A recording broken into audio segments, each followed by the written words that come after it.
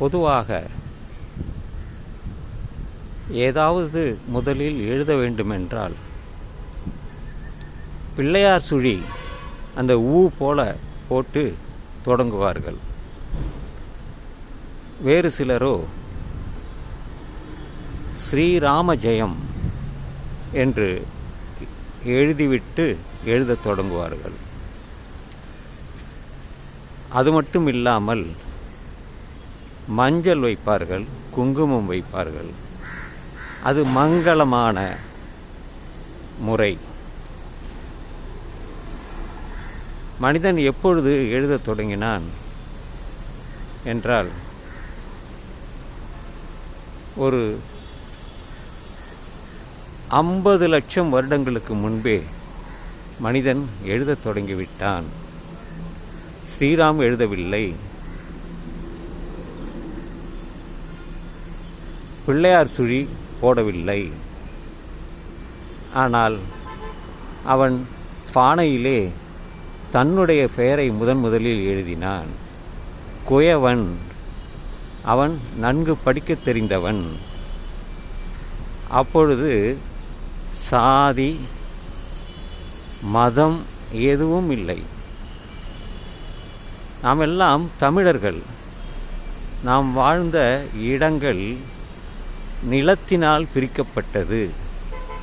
குறிஞ்சி, முல்லை, மருதம், நெய்தல், பாலை, ஒவ்வொன்று நிலத்திற்கும் ஒரு தலைவனை குறிப்பிட்டார்கள். அதை தெய்வமாகவும் கருதினார்கள். மனிதர்களுடைய பண்பாடு, வாழ்க்கை முற்றிலுமே வேறு விதமானது. ஆரிய பண்பாடு என்பது பிற்காலத்தில் இந்தியாவிற்கு வந்தது. அவர்கள் வருவதற்கு முன்பே வாழ்ந்த மக்கள் தமிழர்கள். பல சான்றுகள் இருக்கிறது. தமிழை பனை ஓலையில் எழுதினார்கள். திருக்குறள் அப்படித்தான் எழுதப்பட்டது. ஓலைச்சுவடி அதுதான் நமக்கு சான்றாக இருக்கிறது. பாறையில் எழுதினார்கள், கல்வெட்டுக்களாக எழுதினார்கள். அவையெல்லாம் நமக்கு ஆதாரம், சான்றுகள். தமிழர்கள் என்பது மற்ற மதங்களை விட, இனத்தை விட ஒரு முற்றிலும் வித்தியாசமானது. நாம் வணங்கியது எல்லாம் இயற்கை தான். இயற்கையைத்தான் நாம் வணங்கினோம். நிலம், நீர், காற்று, நெருப்பு, ஆகாயம், இவைகள்தான் பஞ்சபூதங்கள். நமக்கு மிரட்டியது, பயமுறுத்தியது, அச்சுறுத்தியது இவைகள்தான். அதனால்தான் அவரை வணங்கினார்கள். ஆனால் காட்டிலே வாழ்ந்தானே காட்டு மிராண்டி, அவனுக்கு இதெல்லாம் தெரியாது.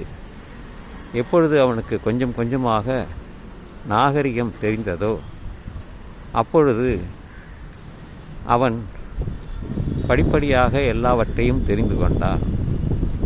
எது நல்லது, எது கெட்டது என்று சாப்பிட்ட பிறகுதான் அந்த பழத்தை, இது விஷப்பழம், சாப்பிட்டால் செத்துவிடுவோம் என்று அதை விலக்கிவிட்டார்கள். எடுத்துக்கொள்ள மாட்டார்கள். குடும்பமாகத்தான் வாழ்ந்தார்கள். அதனால் அங்கே ஒரு தலைவனும் உண்டு. கொஞ்சம் வயதில் மூத்தவனாக இருப்பான். அவன் சொல்வதை எல்லோரும் கேட்பார்கள். இப்படித்தான் இந்த தமிழ் சமூகம் வந்தது. பல நூல்கள் ஓலைச்சுவடியில் எழுதினாலும் பிற்காலத்தில் இன்று காகிதத்தில் எழுதப்பட்டு விட்டது, அச்சடிக்கப்பட்டு விட்டது.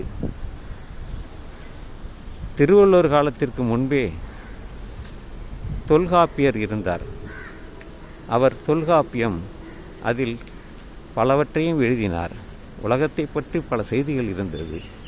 அது இலக்கண நூலாக கருதப்பட்டது. இப்படி இருக்கையிலே ஒரு விஷயத்தை, நல்ல காரியத்தை தொடங்கும் பொழுது முன்னோர்கள் வழிபாடு தான். அது பிற்காலத்தில் குலதெய்வம் வழிபாடு என்றார்கள். நமக்கு முன்னே வாழ்ந்தவர்கள் செம்புலத்தார் என்று திருவள்ளுவர் குறிப்பிடுகிறார். செம்புலம், செம்புலம் என்றால் செம்மையான வாழ்ந்தவர்கள்தான் செம்புலத்தார்கள். நமது முன்னோர்கள் வாழ்ந்த இடம் ஆப்பிரிக்கா கண்டம்தான். ஆப்பிரிக்கா கண்டத்தில் இருந்து படிப்படியாக நடந்து வந்து பல தேசங்களுக்கு, நாடுகளுக்கு சென்றார்கள். அப்படி முதலாக கடற்கரை ஓரமாக வந்த இடம் தென்னாடு. தென்னாட்டிலிருந்து தான் பல இடங்களுக்கு, இப்பொழுது நாடுகள், அவர்கள் நடந்து சென்றார்கள். அதனால்தான் இன்று உலகெங்கிலும் தமிழர்கள் வாழ்கிறார்கள். பண்பாட்டையும் எடுத்துக்கொண்டார்கள். அப்பொழுது அவர்களிடையே சாதி மதம் கிடையாது. இதெல்லாம் ஆரிய பண்பாடு, ஆரியர்கள் கொண்டு வந்தது தான். இந்த ஸ்ரீ என்று எழுதுவது, பிள்ளையார் சுழி வைத்து எழுதுவது, இதெல்லாம் அந்த கல்வெட்டில் இல்லை. அதனால்தான் அதை குறிப்பிட வேண்டியுள்ளது. எனவே தமிழர்கள் என்பது முற்றிலுமாக மற்ற மதத்தை, மற்ற நாடுகளில் வாழ்பவர்களை விட நாம் சற்று மேலானவர்களாகவே இருந்தோம். ஏனென்றால் நமது பண்பாடு கல்லை வைத்து, நடுகல் என்பார்கள், ஒரு அடையாளமாக நமது முன்னோர்கள் எதை விட்டு சென்றார்கள் என்றால் முதியோர்களுடைய அந்த நடுகல் தான். அந்த நடுகல் வழிபாடு தான் பல இடங்களில் கோவிலில் வைக்க ஆரம்பித்தார்கள். அது சமயத்தை வைத்து அவர்கள் இது இந்து சமயம் என்று படிப்படியாக அவர்கள் மக்களிடையே பரப்பினார்கள். இந்து மதம் என்று சொன்னார்கள். தமிழர்களுடைய மதம் இந்து மதமா? இல்லை, இது தமிழர்களுடைய மதம், தமிழ் மதம். அப்படி ஒன்று இருக்கிறதா என்றால் எப்படி சைவம், வைணவம், கைமாரகம் எப்படி இருக்கும் பொழுது இதையும் நாம் சொல்லித்தான் ஆக வேண்டும். எனவே தமிழர்கள் வித்தியாசமாக வாழ்க்கை முறையை கொண்டவர்கள். அதனால்தான் நாம் இன்று மற்றவர்களை காட்டிலும் வித்தியாசமாகவே இருக்கிறோம். அவர்கள் சொல்வதை நாம் எடுத்துக்கொள்வதே இல்லை. ஆராய்கிறோம், சரியா தவறா என்று சிந்திக்கிறோம். ஆட்டையும் மாட்டையும் ஓட்டிக்கொண்டு வந்த அவர்களுடைய பண்பாடு என்ன? நாமெல்லாம் கடல் வழியாகத்தான் வந்தோம். ஆனால் அந்த ஆரிய பண்பாடில் கடல் என்பதே அவர்களுக்கு தெரியாது, யாருக்கும் தெரியாது. சமஸ்கிருதத்தில் அவர்கள் அதைத்தான் சொல்வார்கள்.